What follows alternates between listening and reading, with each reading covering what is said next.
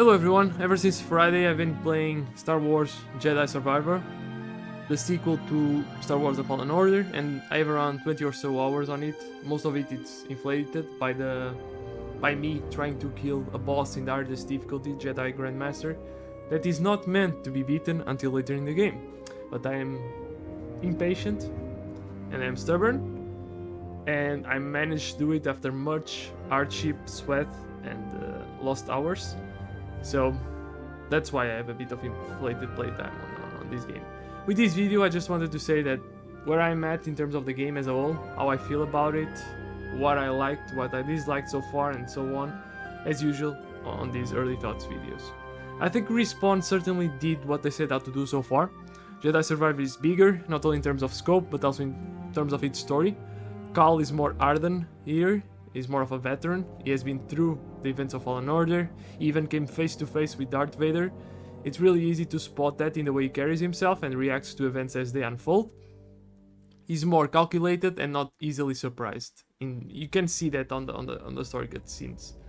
Respawn expanded every season, but I don't need to say I'm disappointed they didn't give loot an overall. It's still poorly cosmetic, and it does downplay exploration a bit. You think, what's the point of going above and beyond and explore everything if all I'm getting is a jacket, believe it or not, a haircut or a beard?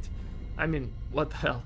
A new look for BD1 or a lightsaber cosmetic? I mean, it just screams lazy and monotonous. I didn't like it in Fallen Order, and I don't like it in Jedisurvivor.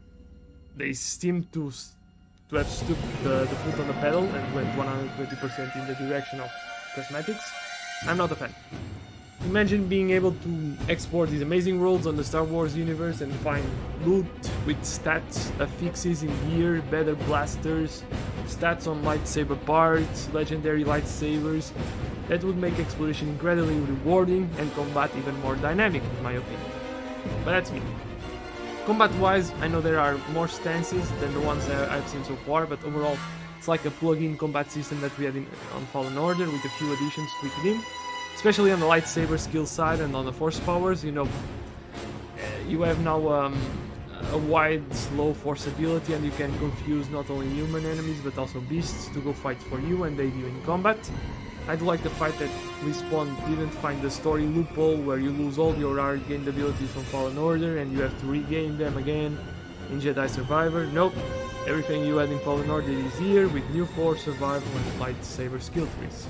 Generally the combat feels the same, it's still very responsive, the hit feedback from the lightsaber on enemies is good.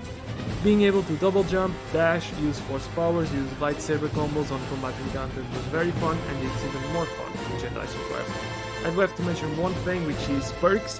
They added these perks, which, I mean, it's very similar to what you would see in Hollow Knight, and in its nature, Jedisurvivor and Fallen Order, they are Metroidvania in its nature, you know.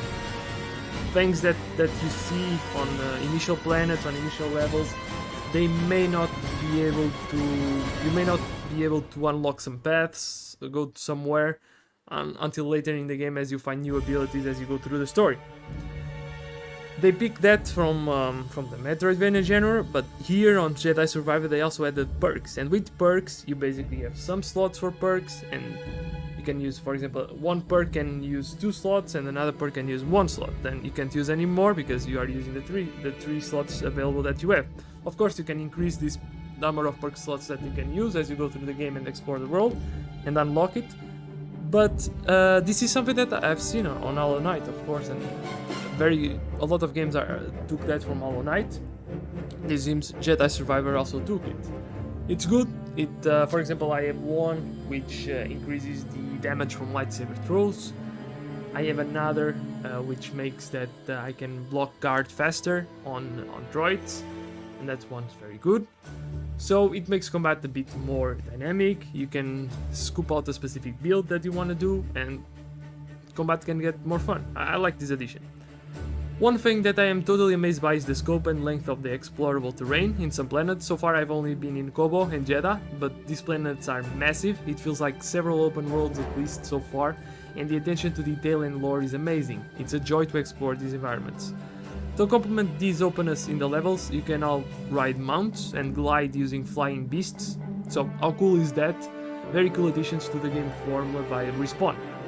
All in all, so far Jedi Survivor is capturing that Star Wars feel even better than the Fallen Order did, and I am having a blast playing this game. I don't need to mention the black sheep here, which is performance. I have an RTX 4090 and an AMD Ryzen 9 7950X CPU, and this game on all its settings maxed out, it's averaging around 55 to 60 FPS on this crazy PC. I mean, it's crazy to think that the best CPU and GPU on the market can't handle this game on PC in 2023.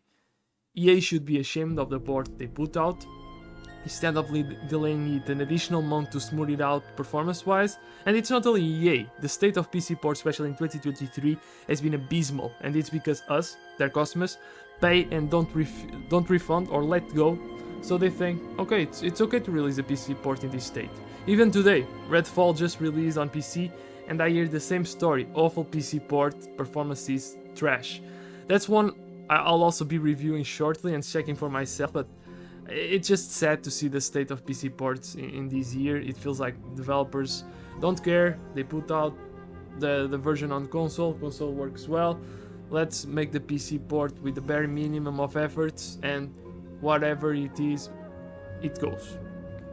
And we just patch it out as like 1, 2 months, 3 months, who cares? They will pay it, they will put negative reviews, but nobody, no, they will continue paying. That's